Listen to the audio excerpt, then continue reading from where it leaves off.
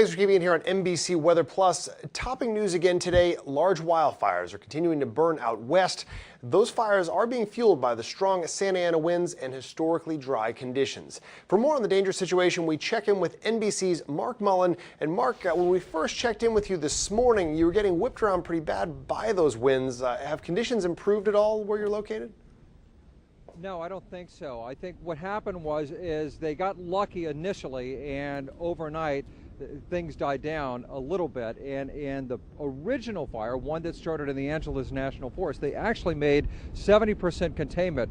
The problem has been is that the winds now have kicked up just a little bit, and where we are in the Porter Ranch area, this is one of 6 wildfires burning in California right now. This one is the worst right now, and this has been an interesting and sad scene, and one just lately that has gotten to be a bit of a joyous scene as we've seen what's happening here. What we have now is a standoff that's going on between Mother Nature and this wildfire and homeowners. And the 2 guys that you see with shovels who are doing their best to try and just smother some of the flames appear to be just volunteers who rush to the aid of the homeowner there.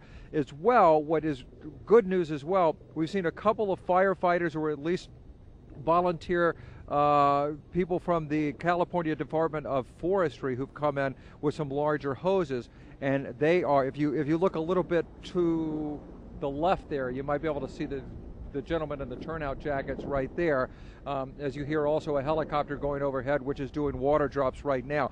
Now as you look at this is just one of dozens of scenes which is happening all around Southern California right now. These wildfires, with the best of efforts of all of the manpower and equipment and trained personnel like that man that you see on that little bridge trying to stop the fire from coming up, it's so difficult with these Santa Ana winds which can gust more than 60 miles per hour. That is not stopping people from trying as well. Their first priority is trying to save lives, and second, trying to specifically save homes. And that's exactly what we're seeing right now. And hopefully these guys will have some good luck. We'll follow it for you all. Back to you.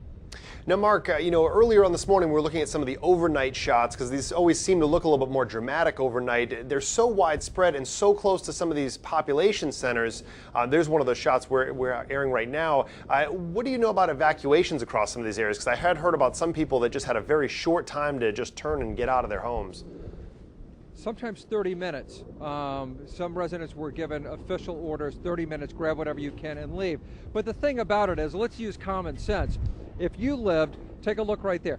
Once again, as we show you that picture, if you lived in that house right there, you have 2 choices. Number one, as this homeowner did, I think I might be able to save my house. I'm going to just get a garden hose out there and call for the fire department, and I can do that. But let's say that person in that house has a family. Do you want your family in there just in case it gets overtaken by flames? And the answer is probably not. So there are 1,200 official people listed as having evacuated, but probably many, many more, just because why take a chance, especially with the history of wildfire destruction and even death here in Southern California.